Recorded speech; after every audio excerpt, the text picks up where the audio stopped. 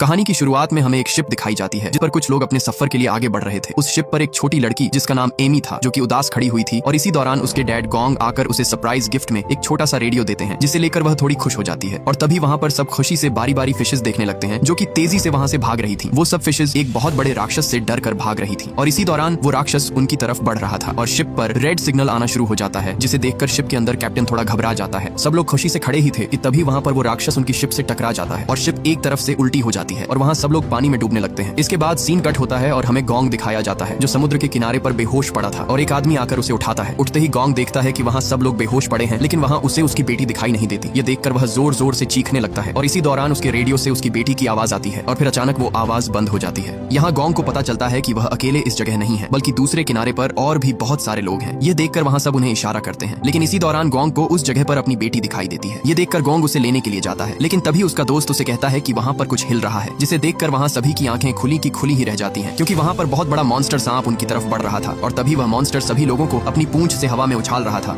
और बहुत सारे लोगों को अपने अंदर निगल लेता है। यह देखकर गोंग फौरन अपनी बेटी को बचाने के लिए बढ़ता है लेकिन उसी दौरान वहाँ उसका दोस्त आकर उसे पकड़ लेता है और गोंग पीछे मुड़कर देखता है तो उसकी बेटी को वह मॉन्स्टर सांप खा जाता है और वह मॉन्स्टर सांप सीधा जंगल के अंदर घुस जाता है। यह देखकर गोंग वहाँ चीखने लगता है क्योंकि उसकी बेटी को वह मॉन्स्टर सांप उसके सामने खा गया और वह कुछ न कर सका। और तभी दोबारा उस रेडियो से कुछ आवाज सुनाई देती है। अब उसे यकीन हो जाता है कि उसकी बेटी अभी भी जिंदा है और वह जंगल में जाने के लिए बढ़ता है लेकिन वहाँ कुछ लोग उसे जंगल के अंदर जाने से मना करते हैं और इसी दौरान वहाँ एक आदमी उसके साथ जंगल में जाने के लिए तैयार हो जाता है। यहाँ और भी कुछ लोग उनके साथ जंगल में जाने के लिए तैयार हो जाते हैं और वहाँ से पूरे 6 लोग सीधा जंगल के अंदर चले जाते हैं। पीछे से लोग उन्हें कहते रहे कि वापस आ जाओ नहीं तो अंदर जाते ही मारे जाओगे लेकिन उन्होंने उनकी एक न सुनी। ये देखकर वहाँ एक आदमी रेस्क्यू टीम को कॉल करता है लेकिन उनकी बदकिस्मती कि वहाँ सिग्नल न होने की वजह से कॉल रेस्क्यू टीम तक नहीं जा रही थी। तभी अचानक सब लोग डर जाते हैं क्योंकि उनका एक साथी वहाँ से गायब हो चुका था और तभी एक अजीब सी चीज एक आदमी को वहाँ से खींचकर जंगल के अंदर ले जाती है। सब लोग वहाँ से भाग जाते हैं लेकिन एक आदमी वहाँ खड़ा ही था कि तभी वो मॉन्स्टर उसे अपनी जबान से जंगल के अंदर खींच लेता है। दूसरी तरफ सभी साथी लोगों को ढूंढने के लिए जंगल के बीचों बीच भागते जा रहे थे। इधर वहीं मॉन्स्टर सांप वापस अपने नेस्ट में आकर सभी लोगों को अपने पेट से निकालकर बाहर फेंक देता है और दोबारा अपने शिकार के लिए वहाँ से चला जाता है। पीछे से शिप के कैप्टन को होश आता है। कैप्टन वहाँ से बाहर निकलने के लिए रास्ता ढूंढता है लेकिन वहाँ से बाहर निकलना नामुमकिन था क्योंकि वहाँ से बाहर जाने के लिए कोई रास्ता ही नहीं था और उस सांप का नेस्ट भी जंगल के बीचों बीच था। कैप्टन सभी लोगों को होश में लाता है और एक एक करके सभी लोगों को होश आने लगता है। तभी कैप्टन गोंग की बेटी को देखता है जो कि अभी भी जिंदा थी और खुशकिस्मती से उसे होश आ जाता है लेकिन उनकी बदकिस्मती यह थी कि वहाँ पर उस मॉन्स्टर सांप के बहुत सारे बड़े बड़े एग्स पड़े हुए थे। कैप्टन उन एग्स को देखकर उन पर अपना हाथ रखने वाला था कि तभी गोंग की बेटी उसे मना कर देती है क्योंकि वो एग्स कभी भी फट सकते थे और उनमें से उस सांप के बच्चे निकल सकते हैं। यह सुनकर वहाँ सभी लोग बहुत डर जाते हैं क्योंकि उन एग्स का टाइम पूरा होने वाला था और कभी भी सांप निकल सकता था। तभी वहाँ एक बूढ़ा आदमी एक पत्थर उठाकर एक अंडे को तोड़ देता है। वह समझता है कि इन अंडों को समय से पहले ही तोड़ दिया जाए तो सांप अंदर ही मर जाएंगे लेकिन उस अंडे को तोड़ते ही उसमें से एक सांप का बच्चा बाहर निकलने लगता है। यह देखकर सबके पैरों तले जमीन निकल जाती है क्योंकि अब उनकी जान खतरे में पड़ चुकी थी। यह देखकर वह फौरन एक बड़े से पत्थर के पीछे छुप जाते हैं और वह सांप भी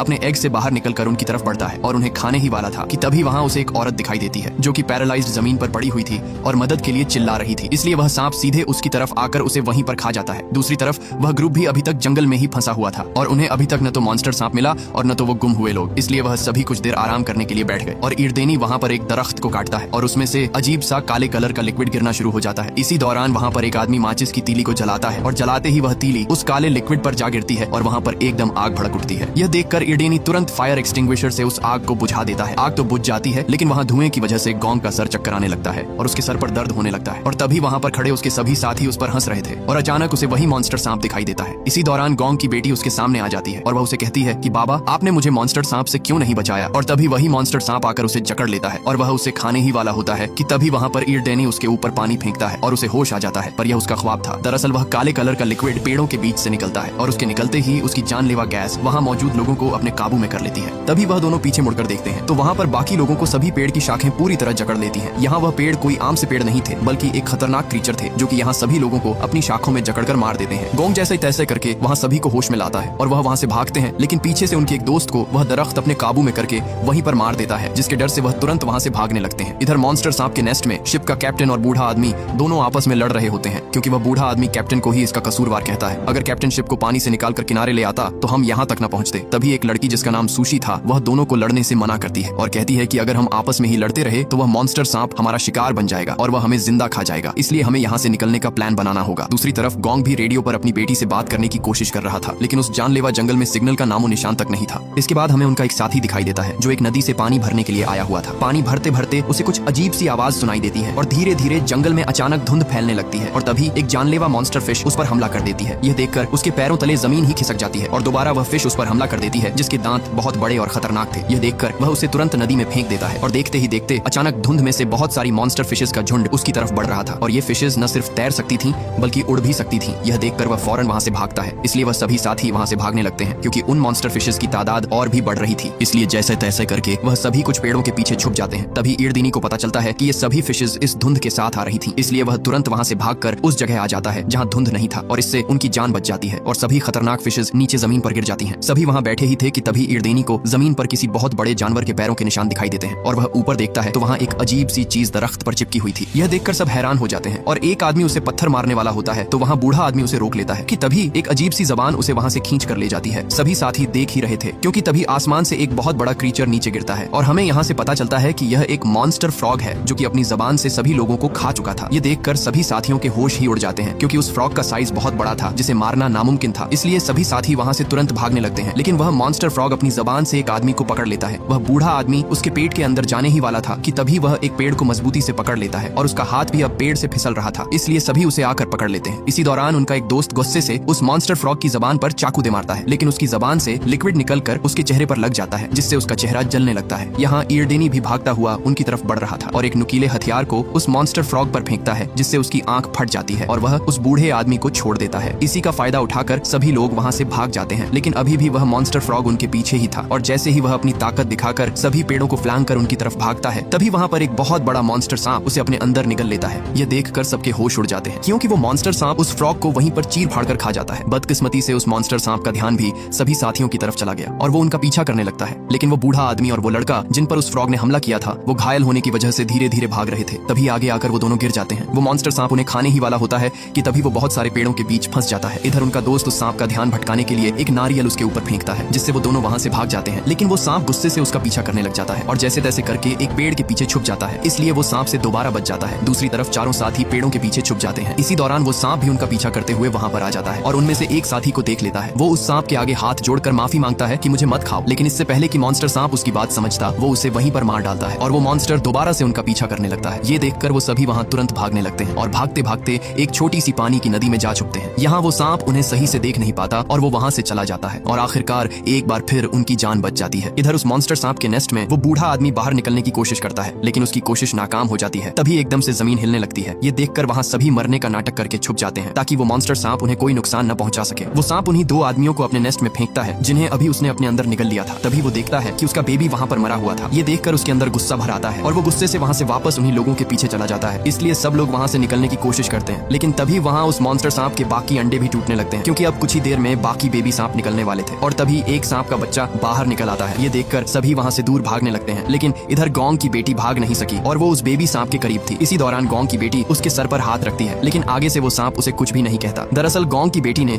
उस दिन शिप पर एक बुक पर पढ़ा था कि अगर पैदा हुआ सांप का बच्चा आसपास अपनी माँ को नहीं पाता तो वो उसे अपनी माँ समझता है जो उसके करीब हो, इसलिए वो सांप भी उसे अपनी माँ समझ रहा था और आगे से उसे कुछ भी नहीं कहता। वो तुरंत वहां पर एक आदमी को अपने काबू में कर लेता है और उसे वहीं पर मार डालता है। यहाँ वो बूढ़ा आदमी भी किसी तरह करके बाहर निकल आता है, लेकिन बाकी अपने साथियों को बचाए बिना वहां से भाग जाता है। इधर जंगल में सभी साथी गुम हुए लोगों को ढूंढते ढूंढते एक जगह पहुंच जाते हैं जहाँ उन्हें एक अजीब सा घर दिखाई देता है और वो सीधे उस घर के अंदर चले जाते हैं। अंदर जाते ही उन्हें कुछ केमिकल बॉटल्स दिखाई देती हैं और यहाँ उन्हें पता चलता है कि ये घर बहुत सालों पहले एक्सपेरिमेंटल लैब हुआ करता था और बहुत सारे जानवरों की कुछ तस्वीरें भी दिखाई देती हैं जिन पर एक्सपेरिमेंट किया गया और इसलिए यहाँ सभी जानवर बड़े बड़े मॉन्स्टर में बदल चुके हैं। इसी दौरान उन्हें वहाँ एक रेडियो मिलता है और वो तुरंत रेस्क्यू टीम से राब्ता करने की कोशिश करते हैं, लेकिन वो रेडियो बहुत पुराना था और ठीक से काम भी नहीं कर रहा था। तभी उन्हें बाहर से किसी के आने की आवाज सुनाई देती है और वो तुरंत छुप जाते हैं, लेकिन इसी दौरान वहाँ वही आदमी पहुंचता है जो कि मॉन्स्टर सांप के नेस्ट से भागा था। यहाँ गौंग उससे अपनी बेटी के बारे में पूछता है कि मेरी बेटी कहाँ है, लेकिन आगे से वो बताता है कि सभी मारे जा चुके हैं और सबको वो मॉन्स्टर सांप खा चुका है। ये देखकर गौंग के पैरों तले जमीन खिसक जाती है और वो अपनी बेटी को ढूंढने के लिए जाता है, लेकिन उसका दोस्त ईरदेनी उसे रोक लेता है। अगली सुबह गौंग बैठा ही था कि तभी उसे रेडियो पर किसी हेलीकॉप्टर की आवाज सुनाई देती है, इसलिए वो जंगल में आकर उसे रोकने के लिए आवाजें लगाते हैं, लेकिन वो हेलीकॉप्टर उन्हें देख नहीं पाता और वहाँ से चला जाता है। इसी दौरान गौंग के रेडियो से उसकी बेटी की आवाज आती है जिसे देख वो सबको बताता है कि सभी लोग अभी भी जिंदा हैं, लेकिन वो बूढ़ा आदमी अपना झूठ छुपाने के लिए उसे आगे से पागल बोलता है और कहता है कि सभी लोगों को वो सांप खा चुका है और वो मर गए हैं, लेकिन उन्हें दोबारा उनकी आवाज सुनाई देती है जिससे उन्हें यकीन हो जाता है कि वहाँ लोग अभी भी जिंदा हैं, इसलिए सभी के चेहरों पर खुशी आ जाती है। ये देखकर वो बूढ़ा आदमी वहाँ से भाग जाता है। उधर वो आदमी उस हेलीकॉप्टर को अपने पास बुला लेता है और हेलीकॉप्टर उसकी तरफ बढ़ ही रहा था कि तभी वही मॉन्स्टर सांप उसे निगल जाता है। ये देखकर वो बहुत गुस्से होता है। इधर गौंग भी जंगल में अपनी बेटी को तलाश कर रहा था और रेडियो से दोबारा उनसे बात करता है। आगे से सुशी उसे बताती है कि हम एक गुफा में फंसे हैं और गुफा बहुत बड़ी है। आगे से गोंग कहता है कि वहाँ कोई आवाज सुनने में आ रही है, तो सुशी कहती है कि यहाँ पानी के गिरने की आवाज सुनाई दे रही है। अब जैसे तैसे करके गोंग अपनी बेटी को ढूंढने की कोशिश करता है। इधर गुफा के अंदर बहुत सारे सांप उनकी तरफ बढ़ रहे थे और उन्हें खाने ही वाले थे कि तभी वही सांप सभी सांपों से लड़ने लगता है। दरअसल वो सांप गोंग की बेटी को अपनी माँ समझ रहा था, इसलिए वो उसकी जान बचा लेता है। यहाँ गोंग भी अपनी बेटी के बहुत करीब था और यहाँ उसकी आवाज सुनकर उसकी बेटी उसे जोर जोर से आवाज देती है, जिसे सुनकर वो उस जगह को ढूंढ लेता है जहाँ उसकी बेटी फंसी हुई थी। तभी वही सब सांप उनकी तरफ बढ़ते हैं, इसलिए गोंग तुरंत एक पेड़ की जड़ नीचे फेंकता है और धीरे धीरे वो उन्हें ऊपर खींचने लगता है। लेकिन इसी दौरान वो मॉन्स्टर सांप वहाँ आ जाता है और वो बहुत गुस्से में होता है। तभी ईरडेनी वहाँ आकर उसकी आंख में कुल्हाड़ी से वार करता है, जिससे वो मॉन्स्टर सांप तड़पने लगता है। अब वो मॉन्स्टर सांप ईरडेनी के पीछे लग जाता है और उसे खाने ही वाला होता है कि तभी वहाँ उनका साथी आकर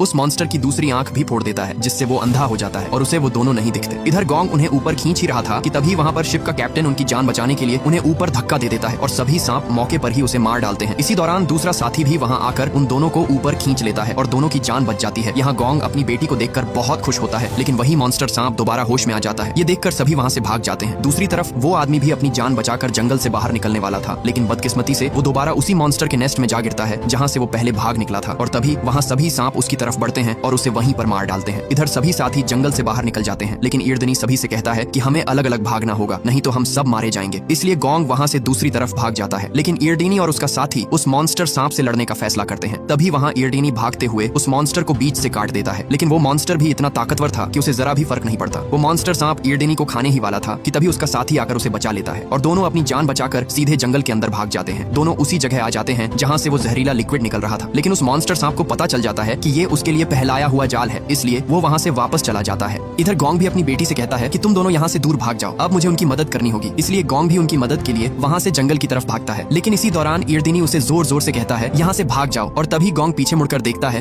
तो वो मॉन्स्टर उसकी बेटी के पीछे खड़ा था और उसे वहीं पर अपने अंदर निगल जाता है। यहाँ गोंग के दिल में आग भड़क उठती है और वो उस मॉन्स्टर सांप को खत्म करने के लिए भागता है। गोंग उसके पूरे शरीर पर कट लगा देता है, लेकिन वो ताकतवर मॉन्स्टर उसे नीचे गिरा देता है। तभी वो मॉन्स्टर उसे खाने ही वाला था कि वहाँ पर ईरडेनी अपने हाथ में आग पकड़े उसका ध्यान अपनी तरफ कर लेता है और सीधे जंगल में भाग जाता है। ईरडेनी भागते भागते उसी जगह पर पहुंच जाता है जहाँ बहुत सारा जहरीला लिक्विड पड़ा हुआ था। जैसे ही वो मॉन्स्टर सांप उस लिक्विड के पास आता है तो ईरडेनी वहाँ पर मौके का फायदा उठाकर आग फेंक देता है, जिससे वो मॉन्स्टर सांप वहीं पर जलकर राख हो जाता है। वो अपनी जान बचाने के लिए जंगल से बाहर आता है, लेकिन तब तक देर हो चुकी थी और वो वहीं पर मारा जाता है। इसी दौरान सभी साथी उस मॉन्स्टर सांप का मुंह खोलकर अंदर से गोंग अपनी बेटी को बाहर निकाल लेता है, लेकिन उसकी बेटी पूरी तरह बेहोश हो चुकी थी। सबको लगा कि गोंग की बेटी अब इस दुनिया में नहीं रही। ये सुनकर गोंग जोर जोर से रोने लगा, लेकिन तभी उसकी बेटी को होश आ जाता है और ये मूवी यहीं पर एंड हो जाती है। अगर ये वीडियो आपको अच्छी लगी तो इसे लाइक करें और हमारे चैनल फिल्मी नेस्ट को सब्सक्राइब कीजिएगा।